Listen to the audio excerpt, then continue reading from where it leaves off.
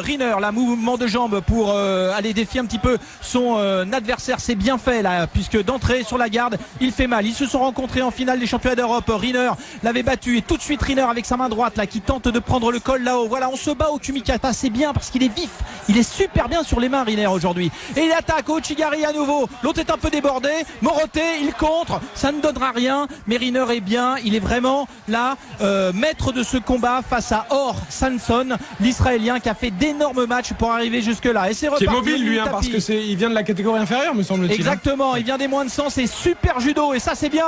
Ouchigari à nouveau de Riner qui combine derrière en Uchimata, c'est-à-dire qu'il inverse les directions de déséquilibre. Il part sur l'arrière, il revient sur l'avant. Malheureusement, le Kumikata n'était pas assuré et donc l'Israélien a pu se dégager. Et on se bat sur les mains là avec tout de suite on grappille, on vient remonter sa main sur la toile. Voilà qui est fait. Attention, l'Israélien a pris le haut du revers et tout de suite le Français se dégage. C'est bien fait. 3,56 encore de combat. La première minute a été très tonique. Il faut maintenant peut-être trouver la faille, mais ne pas tout donner peut-être tout de suite. Voilà, il est bien passé là et c'est un combat très judo. L'Israélien n'est pas en danger, hein. Il n'a pas l'air gêné par la garde de Teddy qui lâche tout là et qui se remet la boxeur un petit peu sur la pointe des pieds pour respirer. Il revient au combat là. Il n'arrive pas à mettre cette main droite en haut derrière le cou de son adversaire et l'arbitre arrête justement les hostilités, donne une pénalité assez c'est assez dur quand même pour l'Israélien donc qui est mené sur ce petit Shido, cette petite pénalité. C'est reparti parce que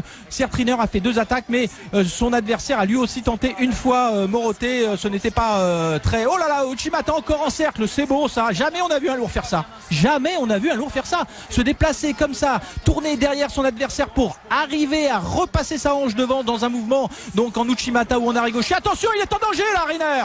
Moroté s'est onagé de la part de Sanson et Riner a voulu contrer, c'est-à-dire que au lieu de s'effacer, il est venu mettre tout son poids sur les épaules de l'Israélien, mais lui il avait encore son Kumikata donc il a tenté de renverser le Français et là il a fallu que le chat réapparaisse pour revenir sur ses 4 pattes parce que ce n'était pas évident là. Il a pris un risque énorme sur cette défense. Allez, cette fois l'Israélien a un petit peu redonné l'impression qu'il était bien dans le match et je pense que c'est exactement ce qui est en train de se passer. Il faut que Riner a vraiment beaucoup de mal à monter ce bras droit. Il a eu un petit problème de doigt cette semaine et j'ai le sentiment quand même, d'ailleurs il est strappé sur l'un de ses doigts, sur la main droite et j'ai l'impression qu'il souffre à chaque fois qu'il arrache le kimono. Voilà, la main elle est placée là. Allez, il faut maintenant pouvoir jaillir, venir chercher peut-être en Osotogari là, l'une de ses prises favorites, l'un de ses spéciaux et il peut là, un petit coup de patte, Kouchigari, il revient en Sumigeshi. Tout ça est un petit peu brouillon de la part de Riner qui pour l'instant ne fait que donner le change, c'est-à-dire répondre, mais il ne mène pas dans ce combat si ce n'est qu'au tableau d'affichage, rappelons-le. C'est l'Israélien qui a été pénalisé donc sur le plan comptable, c'est bien sûr le Français qui est devant, mais il ne faudrait pas trop penser à gérer. Il reste encore 2 minutes et 3 secondes dans ce combat. Il avait utilisé un petit peu cette tactique à Londres pour gagner au fur et à mesure avec ce sens tactique, c'est-à-dire on l'avait même en interne on l'avait appelé l'épicier, c'est-à-dire qu'il savait exactement ce qu'il fallait faire pour gagner. Là il faut un petit peu plus je pense parce qu'il sort du tapis là, il peut se faire pénaliser certes l'Israélien le pousse mais il sort presque volontairement du tapis. Il faudrait pas qu'il y ait une mauvaise idée dans la tête de l'arbitre. Non, ce n'est pas le cas et c'est reparti. Ça va peut-être venir si ça continue Ouais ça va peut-être. Il y a quelques sifflets, il a toujours ce problème de bras droit. Voilà, cette fois il a la garde, il attaque Ouchigari, ça va vite mais alors il est très très fort il arrive à avoir une lecture du judo de Riner, l'Israélien qui est assez exemplaire et ça repart sur un bras là, un petit coup de patte de Riner.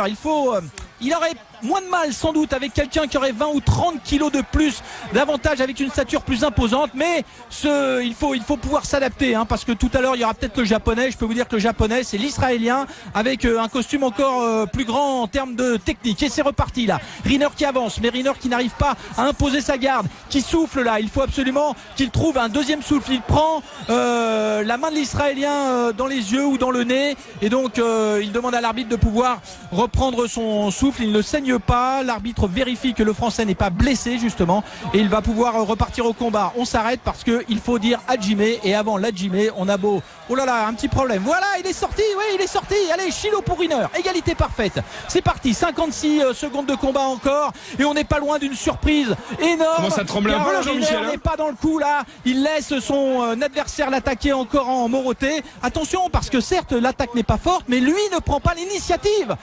Teddy doit prendre l'initiative et le public ne se réveille pas, le public n'est pas derrière lui. Les 1500 supporters français ne comprennent peut-être pas ce qui est en train de se passer. Il faut absolument accélérer. 35 secondes encore. Riner qui a toujours ce problème de Kumikata. L'autre est complètement cuit, mais il est là, il ne baisse pas la tête. Il n'est absolument pas abattu. Il regarde Riner, les yeux dans les yeux, se chamaille il se chamaille à la garde avec Riner là qui a quelques petits soucis. Ça y est, il a mis sa main derrière la nuque de son adversaire. Il peut placer maintenant il faut le faire réagir, avant arrière réaction, mais il est trop lent pour l'instant et surtout il attend trop. Va y avoir Maté là, en plus il tient des deux côtés, ce n'est pas bon.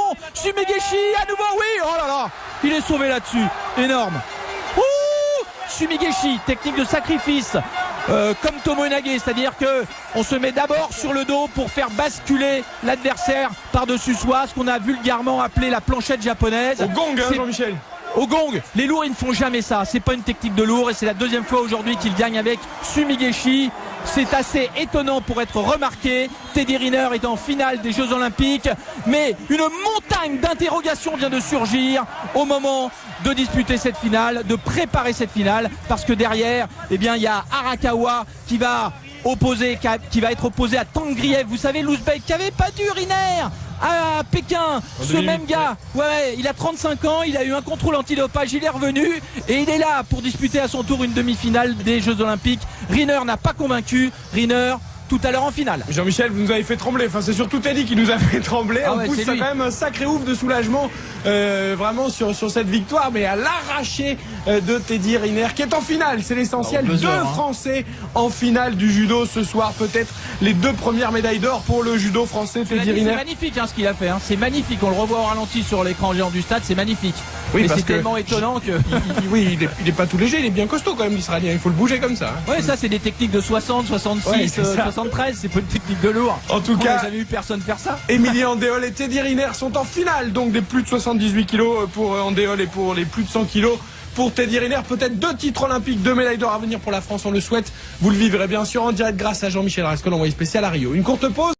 Riner, là, mouvement de jambe pour aller défier un petit peu son adversaire. C'est bien fait là, puisque d'entrée sur la garde, il fait mal. Ils se sont rencontrés en finale des championnats d'Europe. Riner l'avait battu et tout de suite Riner avec sa main droite là qui tente de prendre le col là-haut. Voilà, on se bat au Kumikata, c'est bien parce qu'il est vif. Il est super bien sur les mains Riner aujourd'hui. Et il attaque au Chigari à nouveau. L'autre est un peu débordé. Moroté, il contre. Ça ne donnera rien. Mais Riner est bien. Il est vraiment là, maître de ce combat face à Or Sanson, l'Israélien qui a fait d'énormes matchs pour arriver jusque là. Et c'est reparti. Qui est mobile lui, parce que il vient de la catégorie inférieure, me semble-t-il. Exactement. Il vient des moins de 100. C'est super judo. Et ça c'est bien. Ochigari à nouveau de Riner qui combine derrière en Uchimata, c'est-à-dire qu'il inverse les directions de déséquilibre. Il part sur l'arrière, il revient sur l'avant. Malheureusement le Kumikata n'était pas assuré et donc l'Israélien a pu se dégager. Et on se bat sur les mains là avec tout de suite on grappille, on vient remonter sa main sur la toile. Voilà qui est fait. Attention, l'Israélien a pris le haut du revers et tout de suite le Français se dégage. C'est bien fait. 3,56 encore de combat. La première minute a été très tonique. Il faut maintenant peut-être trouver la faille, mais ne pas tout donner peut-être tout de suite. Voilà, il est bien passé là et c'est un combat très judo. L'Israélien n'est pas en danger. Il n'a pas l'air gêné par la garde de Teddy qui lâche tout là et qui se remet à la boxeur un petit peu sur la pointe des pieds pour respirer. Il revient au combat là. Il n'arrive pas à mettre cette main droite en haut derrière le cou de son adversaire et l'arbitre arrête justement les hostilités, donne une pénalité assez c'est assez dur quand même pour l'Israélien donc qui est mené sur ce petit Shido, cette petite pénalité. C'est reparti parce que certes Riner a fait 2 attaques mais son adversaire a lui aussi tenté une fois Moroté, ce n'était pas très... Oh là là, Uchimata encore en cercle, c'est beau ça, jamais on a vu un lourd faire ça, se déplacer comme ça, tourner derrière son adversaire pour arriver à repasser sa hanche devant dans un mouvement donc en Uchimata ou en Arigoshi. Attention, il est en danger là, là Riner. Moroté Seonague de la part de Sanson et Riner a voulu contrer, c'est-à-dire que au lieu de s'effacer, il est venu mettre tout son poids sur les épaules de l'Israélien, mais lui il avait encore son kumikata, donc il a tenté de renverser le Français et là il a fallu que le chat réapparaisse pour revenir sur ces cartes qu'on avait appelé l'épicier, c'est-à-dire qu'il savait exactement ce qu'il fallait faire pour gagner. Là il faut un petit peu plus, je pense, parce qu'il sort du tapis, là il peut se faire pénaliser, hein. Certes l'Israélien le pousse, mais il sort presque volontairement du tapis. Il faudrait pas qu'il y ait une mauvaise idée dans la tête de l'arbitre. Non, ce n'est pas le cas et c'est reparti. Ça va peut-être venir si ça continue. Ouais, ça va peut-être. Il y a quelques sifflets, il a toujours ce problème de bras droit. Voilà, cette fois il a la garde, il attaque Ochigari, ça va vite, mais alors il est très très fort, hein. Il arrive à avoir une lecture du judo de Riner, l'Israélien, qui est assez exemplaire. Et ça repart sur un bras, là, un petit coup de patte de Riner. Il aurait moins de mal sans doute avec quelqu'un qui aurait 20 ou 30 kilos de plus d'avantage, avec une stature plus imposante, mais il faut pouvoir s'adapter, hein, parce que tout à l'heure il y aura peut-être le japonais. Je peux vous dire que le japonais c'est l'Israélien avec un costume encore plus grand en termes de technique. Et c'est reparti là, Riner qui avance, mais Riner qui n'arrive pas à imposer sa garde, qui souffle là. Il faut absolument qu'il trouve un deuxième souffle. Il prend la main de l'Israélien dans les yeux ou dans le nez, et donc il demande à l'arbitre de pouvoir reprendre son souffle. Il ne saigne pas, l'arbitre vérifie que le Français n'est pas blessé justement, et il va pouvoir repartir au combat. On s'arrête parce qu'il faut dire Hajime, et avant l'Hajime on a beau, oh là là, un petit problème. Voilà, il est sorti, allez, Chilo pour Riner, égalité parfaite. C'est parti, 56 secondes de combat encore, et on n'est pas loin d'une surprise énorme. Comment ça tremble un peu là, Jean-Michel, hein. N'est pas dans le coup là, il laisse son adversaire l'attaquer encore en Moroté. Attention, parce que certes l'attaque n'est pas forte, mais lui ne prend pas l'initiative.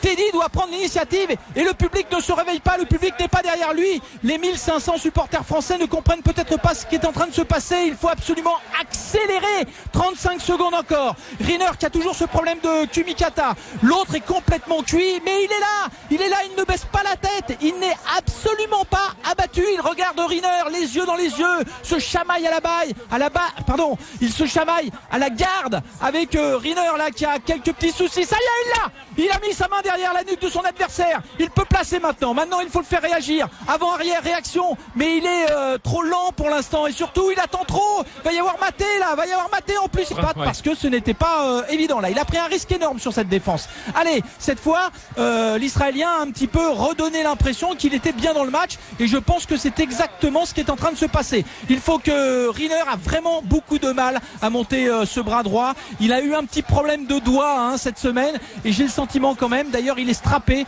sur l'un de ses doigts, sur la main droite, et j'ai l'impression qu'il souffre à chaque fois qu'il arrache le kimono. Voilà, la main elle est placée là. Allez, il faut maintenant pouvoir jaillir, venir chercher peut-être en Osotogari là, l'une de ses prises favorites, l'un de ses spéciaux, et il peut là, un petit coup de patte, Kochigari, il revient en Sumigeshi. Tout ça est un petit peu brouillon de la part de Riner, qui pour l'instant ne fait que donner le change, c'est-à-dire répondre, mais il ne mène pas dans ce combat, si ce n'est qu'au tableau d'affichage. Rappelons-le, c'est l'Israélien qui a été pénalisé, donc sur le plan comptable c'est bien sûr le Français qui est devant, mais il ne faudrait pas trop penser à gérer. Il reste encore 2 minutes et 3 secondes dans ce combat.